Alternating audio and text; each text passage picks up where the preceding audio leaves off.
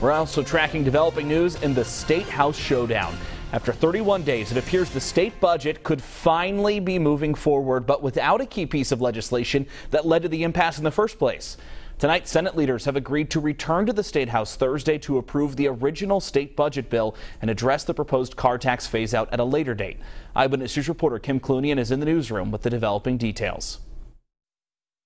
Well, one of the chief concerns about this ongoing budget impasse was the potential impact on state aid for cities and towns. The governor's office says those lower state aid checks will go out on Tuesday, but the difference will be made up after that budget is presumably passed later this week. The budget impasse set to come to a close this week, with the Senate poised to pass the House version of the budget Thursday.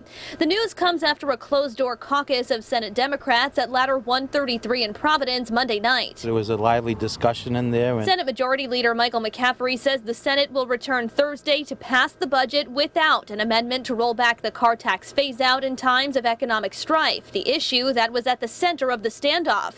Instead, they'll introduce a separate bill. We're going to have the separate standalone piece of legislation, and it shows that the Speaker and the members of the House leadership team have addressed the concerns of the Senate about the sustainability and the affordability of the car tax. The bill would require the Director of Revenue to study the affordability of that car tax phase-out starting in January of 2021.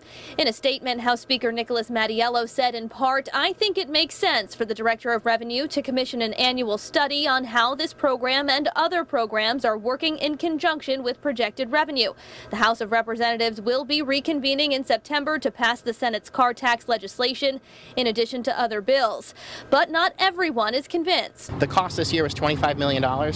We did not find that $25 million in this year's budget. Senator Ryan Pearson has been skeptical of the car tax phase-out plan. After Monday's caucus, he said he was still unsure if he was satisfied with the compromise and undecided on whether he'd vote in favor of the budget Thursday. I think everybody wants to end sort of the stalemate.